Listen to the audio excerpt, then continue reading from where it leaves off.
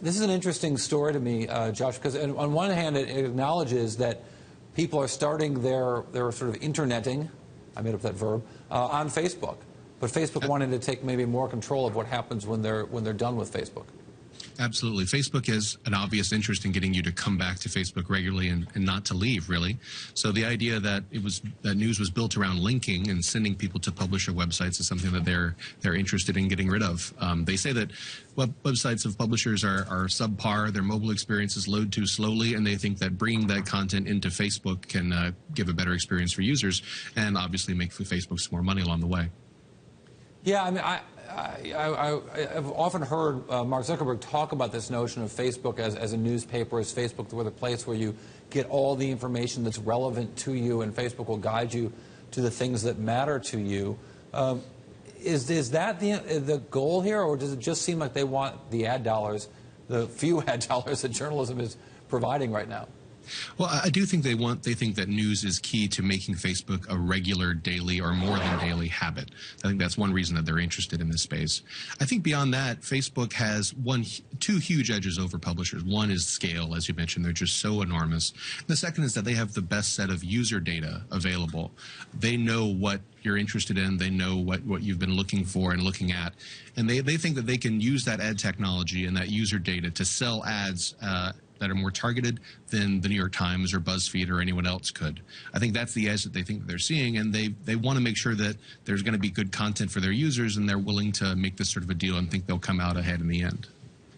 Yeah, it is interesting to me. I mean, I feel like the biggest risk here is not giving people what they want, but giving people what they don't know they want and the things that they need to know as citizens in society. I mean, I realize that's you know, that's been going on that debate has been going on for hundreds of years in the hallways of journalistic outlets. But I wonder, Facebook so clearly driven on monetizing clicks and putting relevant information up in front of people, that the stories that maybe enrich our lives or the things we don't want to know about, we have to know about, won't happen if Facebook is the provider or decider of what we see in the news. I think that's a very real point. I mean, the New York Times and other publishers have seen a real decrease in their homepage traffic. People saying, I want to know what the New York Times thinks is important right now, that editorial decision. So much more of our discovery of news these days comes through these social platforms, which can be wonderful in lots of ways, but do rely on your friends or the people that you choose to follow on whatever platform to be your guide through that. And I think as the more that shifts to Facebook and the more that shifts to other social platforms, that's a real concern. The flip side is that they're able to figure out what's important or interesting to me in a way that, you know, one newspaper editor in Manhattan isn't able to. That's the trade-off. You know, we've seen a long history of this. Yahoo, AOL, even Google sort of trying to do things like this, which is organize our news for us. Is this effort substantially different? I think it is different in that, you know, Google News, for example, is one parallel that brings in, you know, many hundreds and thousands of news sources into one searchable database.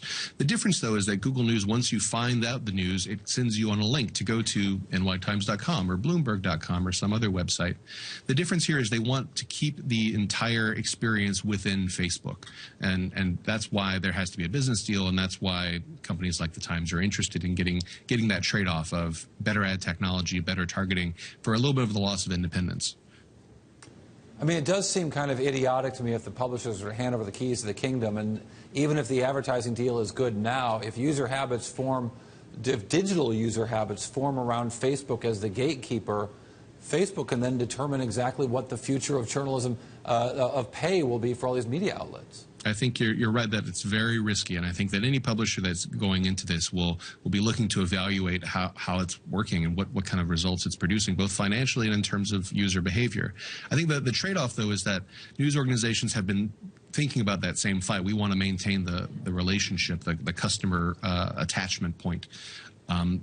At a certain point, does that just become a losing argument? You know, a lot of people's habits have just shifted to Facebook and Twitter. Do you sort of complain about that and hope that they would change their minds, or do you try to engage with them on the platform that they're wanting their news on?